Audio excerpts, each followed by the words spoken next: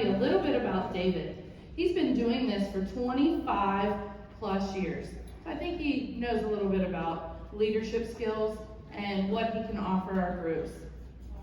He has, for over the last 25 years, he has not only directed a team of education professionals and overseeing multiple departments and academic operations.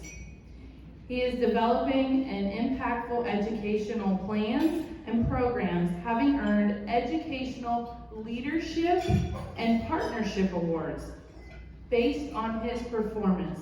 I think he knows what he's doing, you guys.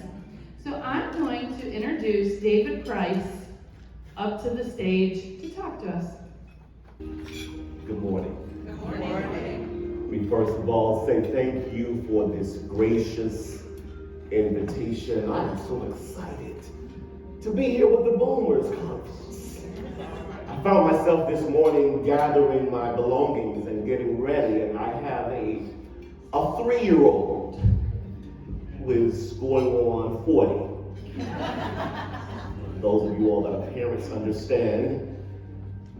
And she saw me this morning and she was watching her cartoons and she said, "Where are you going?" I said, "Well, I have a speech to make this morning." She said, "A speech?" She's extremely dramatic. She said, "A speech? What is a speech?" I said, "Oh boy, here we go, because I know that I can't just answer one question without it opening up the gates for several other questions." And I said, "A speech is that thing that, you and I do when I'm sitting at the breakfast table with you, perhaps. Or maybe when we're sitting in the backyard on the swing and, I talk to you about things." And she looked at me and then she grabbed me by the face and she said, "But don't talk that long." So I have made her a promise this morning that I'm not going to talk that long like I talked to her during my speech. I'm here to take you on a journey, though. A journey of discovering something, and that's how to use your voice to win every occasion.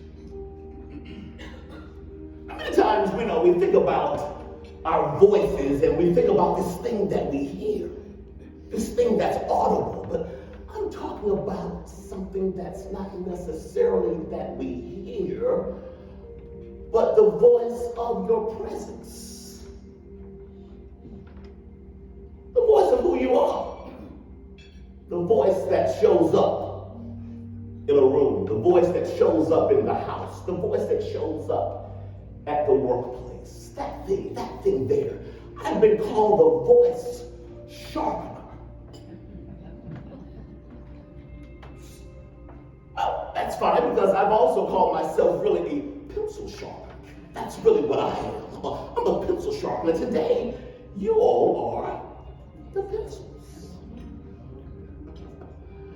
And sometimes the thing about a pencil is it just needs just a little refreshing.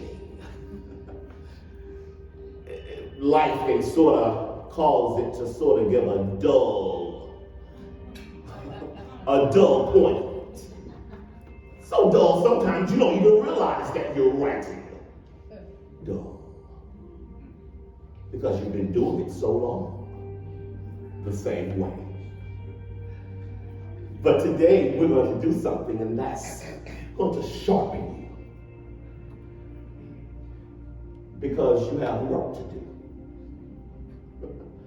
And you have impactful work to do. There's 4 things I have realized over these 25 years that causes us to win every time we show up. And now I want to make sure you understand that I'm not speaking of winning, that you are racing against someone. My 3-year-old roommate, which is what I call her, because I got to pay bills, she eats, and she runs the house, and I just don't understand how she has all of this. But I said, I guess you're just my roommate. At some point, you just owe me for all of this. But we'll talk about that in about 18 years, I told her. But long story made sure that my roommate was out in the backyard, and I have 3 dogs also. I have 2 Shih Tzus and a Golden Doodle. And she was running up and down the hill with them the other day. And she would say, on your mark, get set, go. And I noticed that they all go in different directions. I'm like, what kind of race? And then they would go back up again, and they would do it again. And she would say, go. And they would just, I said, what? You're running a race? I said, what? Why are you going this way and they're going that way? You are racing each other. She says, no, we're not. I said, well, who are you racing? She said, I'm racing me. I'm just watching how fast they can run. What a life lesson. Because that's really one of the first keys to realize that you are racing no one but you. You're not competing against anyone or anything. You may just be watching how the others are running, but you're running in competition with yourself. So there are 4 keys. The first key I've learned is that we must discover and rediscover who we are. Many times we don't even think about this question, but I often ask people, I said, who are you? No, I don't want to know your name or your profession or where you're from, but who are you? Why do you exist? Why is your voice necessary?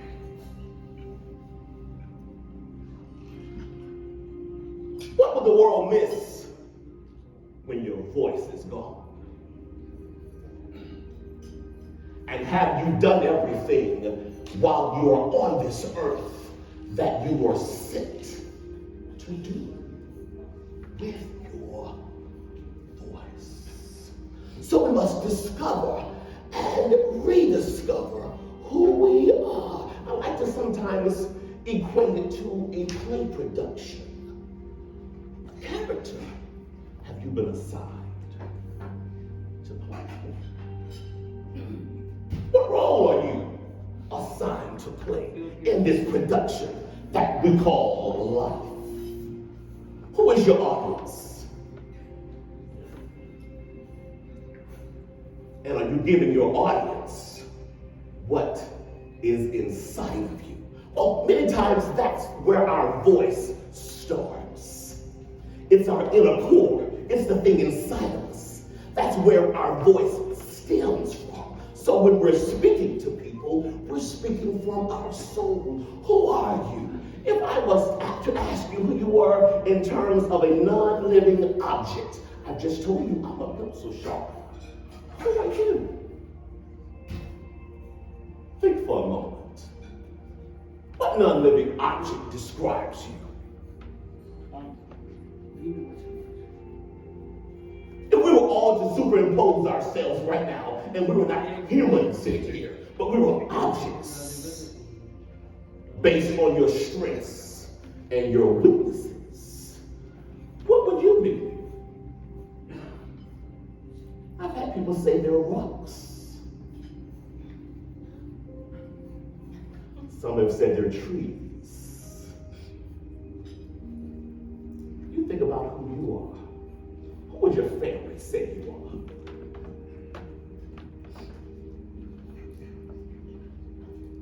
Who would your co-workers say you are? What strengths do you exhibit that's synonymous to an object?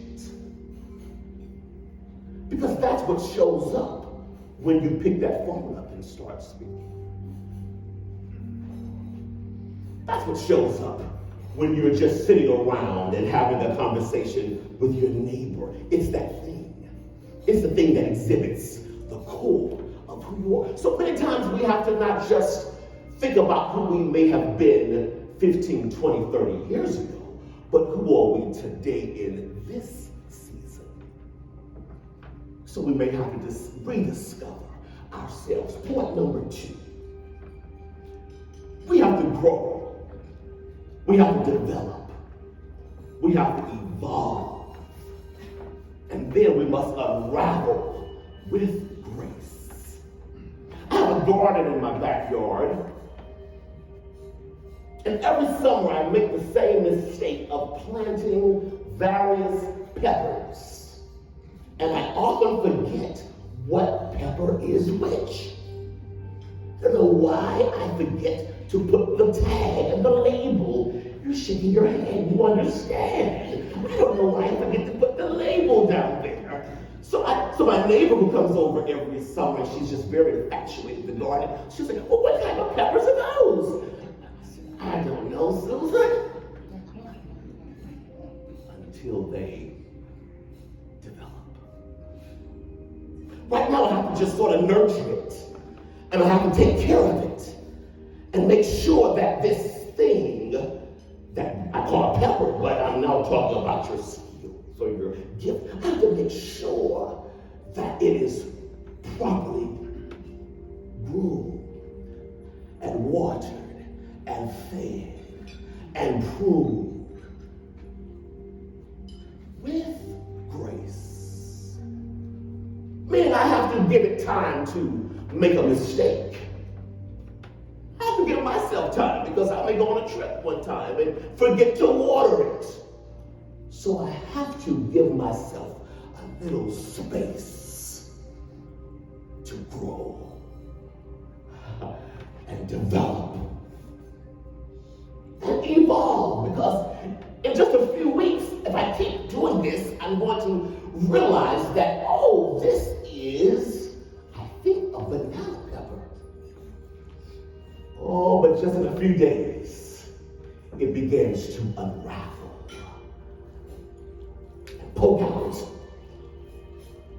for the world to see, without question, what has happened in the nighttime.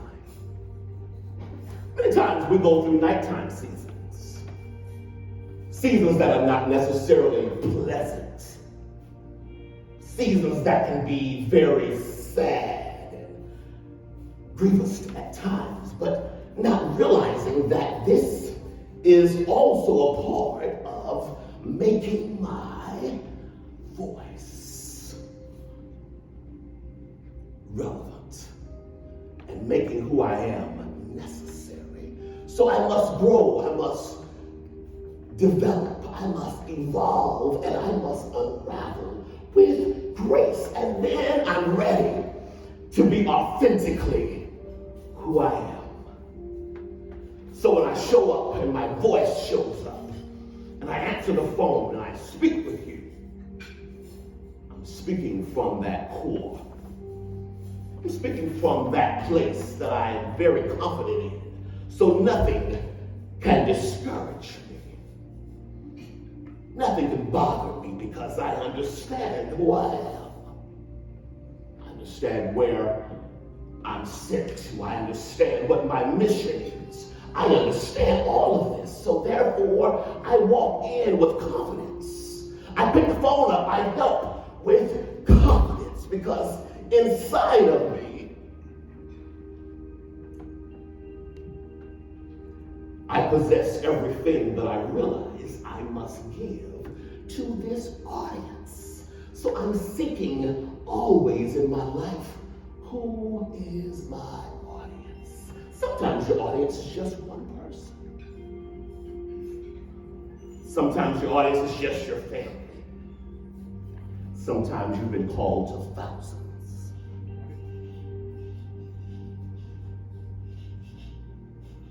However, you must be authentic. You have to be you. And you can't expect you from others. You have to set boundaries and limits with others So then therefore you're able to be authentically yourself. And then the last point, which is who you are. And that is pouring you into others through service. You often watch waiters who walk around with a towel. What a wonderful world this would be if we all had the towel mentality. If every day you woke up with the towel mentality. How can I serve you? How can I help you? It's not about me. How can I help you? How can I clean up any spills that have happened that maybe I caused or even maybe you caused? I'm not here to judge, I'm just here to help. How can I make this travel experience the best for you? Realizing it may be the very last trip you make. Or maybe the very first trip you have made. How can I help you? My cup is full, so therefore I can pour myself onto you. Then the third lesson that my 3.5-year-old roommate taught me. I'm going to take my seat. Every morning she sits near the water bowl in the kitchen where the dogs are going to drink their water. And she hears them coming downstairs, especially the golden doodle. She hears them running down the steps, and she's excited that they're coming down the steps. But the golden doodle always drinks up all of the water from the sheets.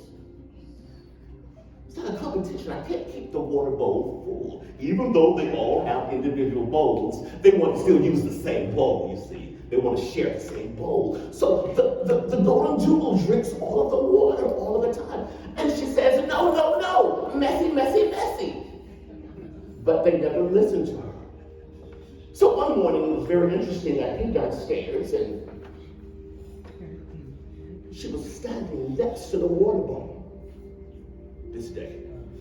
And she had gotten another water bowl. She was standing there with the water bowl full, while the regular water bowl was full. The dogs came in and they all lapped toward the regular water bowl. And I said, what are you doing standing there with that extra water bowl? She said, just in case.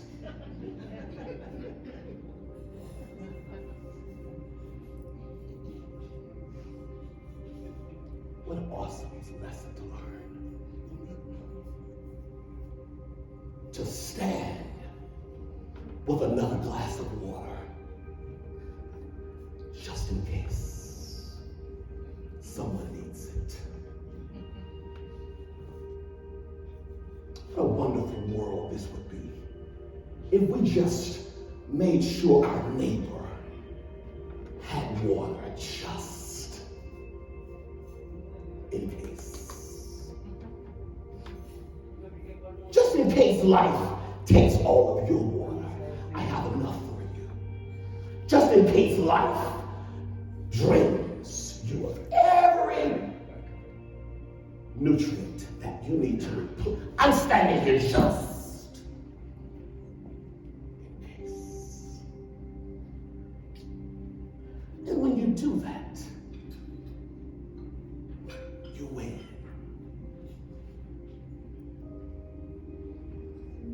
Every